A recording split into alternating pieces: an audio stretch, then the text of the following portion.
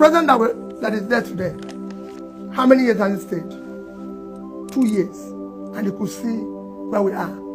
Look at the turn of things in 2 years. That means that you can change things in 2 years. If I was there in 2 years, Charles, that you would have seen considerable change. In critical areas, I would have tackled corruption head on. I would have reduced cost of governance. And you will see it. People will feel it. And those monies invested in critical areas. Our primary health care today, I told you, 70% are not functional. And we spent over 35 billion in conference center. Which conference? Who's coming for the conference? You need to invest your money properly. There are 3 items that Peter Obi mentioned in this video that he would have tackled differently. Number 1 is reduction of cost of governance. Number 2 is tackling corruption. And number 3 is improving healthcare. The next question I know people want to ask is, so how are we sure that he's going to do these things? Okay, because as Nigerians, we always say, talk is cheap. So it's easy to talk and easy to provide solution by way of discussions, a way of talking. But Nigerians will always want to know, how are we sure that you will have done these things that you're saying? Well, I always tell people, this man was a governor. So, and then he will be able to provide evidences by the way he governed Anambra State. So I'm going to show you that he actually did all these things that he said. Yes, he reduced cost of governance. He actually fought and stopped corruption. And then he also improved healthcare in Anambra State. So let me start from the area of reduction of cost of governance. I will do that by showing you this clip, this video clip. So watch this video clip, then we'll come back. Please watch. In 2004, the Anambra Governor's House was burnt, the Governor's Lodge, as well as the Government House. Coincidentally, in 2006 when I started, the budget to repair the Government House was 298 million. To repair the Governor's Lodge was 481 million. These are the 2 reasons why I was impeached. The third was saving money without permission. And I said to them, wait a minute, I repaired everything in the Government House, his Governor's office. I repaired everything with 43,200,000. The only thing I didn't buy new, was furniture. Because there's a table used by one of my predecessors that was kept somewhere, and they say it's old. But I called the man, the furniture man, I said, if you wipe this, it will deep in it. I just want to lay and write. Ready to buy new one. Why are we buying new one? The Governor's Lodge. The Governor's Lodge had a point. I want you to say, I'm no longer the governor, so these are things you can verify. The Governor's Lodge, which was a budget of 486 million, I repaired everything with 81,700,000. In both of them, because the contract was awarded before I came, they said I did it without passing through the due process. Because I've awarded the contract. And I said no. Obasanjo as president, because one of the things I did is that we had a Governor's Lodge in Lagos. We had a Governor's Lodge in Abuja. We had almost 50 workers in Abuja. And I asked them, why will Governor of Anambra State have a lodge in Lagos? Why will he have a lodge in Abuja? He doesn't live in Abuja. What is he doing in Abuja?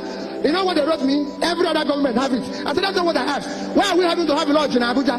I don't live there. Each time I go to Abuja, the cook there, we will need to give him about 30,000 to cook. And I said, cook, we are going back to Oka. It costs 5,000 naira to eat buffet and Hilton, and you charge me 30 here. So what are you cooking here? You must go back to Oka. You know? And people say, and people will tell me. Okay, I'm sure you saw that. That was actually even why he was impeached.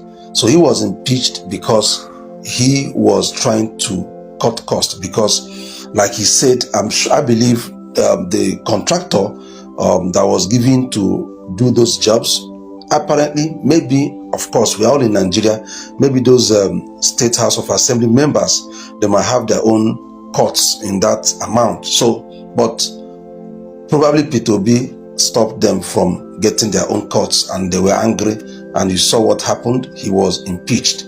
So that is just a small example, very small, because I don't like my videos to be very long. So I will just leave reduction of cost of governance to that one video. The next thing is did he tackle corruption? How did he tackle corruption? Well, I'll also show you that with this clip that I'm going to show you. So watch this video clip and then we'll come back. He will show you how he handled corruption. Watch. UPEC gives us money as a state. That money goes to local government, who then gives it to school. So I said to them, so this, you are federal government, you are state government, I'm local government, she's the school. So this money goes from him to you, to me, and her. And I said, why can't this money go from here to here and leave these two people?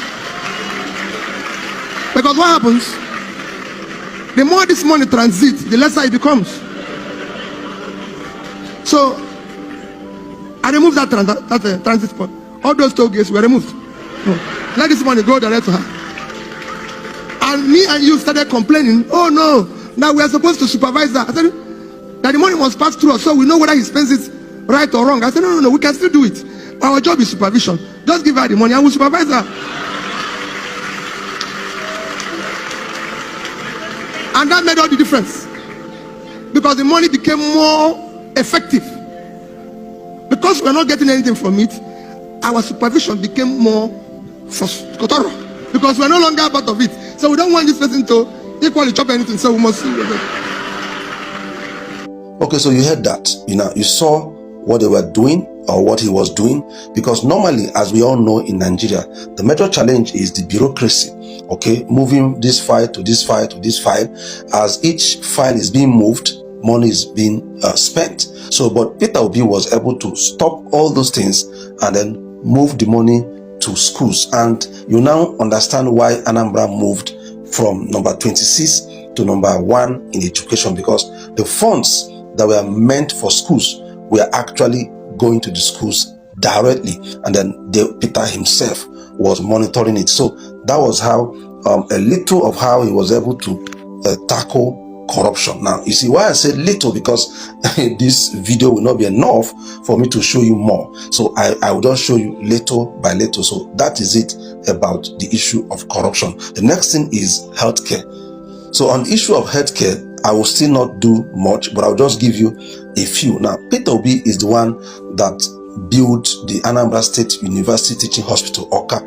It is now called Odumegwu Ojukwu Teaching Hospital. So he built that teaching hospital, and he also empowered other church hospitals like Iyenu, Boromi, and then St. Joseph Adazi. And those hospitals were accredited by the federal government to teach midwifery and nursing. Because according to Peter Obi, when he came, Anambra State did not have school of nursing and midwifery that was accredited. So he was able to get about 5 of those missionary schools accredited. So that is what, like I said, I'll just be giving you little about what he did on the infrastructure, on the healthcare. But result speaks better. Now, he actually won the Gate Award as the best in health. So all those things paid off to the extent that Anambra State became number 1 in healthcare, especially polio eradication. And he even won prize for it. He won $1 million for that, and he used that money to build another 10 schools. That's what he said he was going to do with the money. So that is it about health and corruption, and then the issue of reduction of cost of governance. So Peter Obi was not just saying what he has not done, and that is one thing about Peter Obi, why we are actually always insisting on him being the president, because he is not just saying or bringing up ideas. He's actually saying what he has done, and which are verifiable for anyone that wants to verify. So, and this is why, or these are the reasons why we talk to Nigerians about the person of Peter Obi. Honestly speaking, he is not a saint. He has never claimed to be one, but the truth is that he's the best for now that we have. That is why we call on Nigerians, let's queue behind this man and ensure that come 2027, he gets to Aso Rock. And I'm talking about 2027. Now, please listen to me.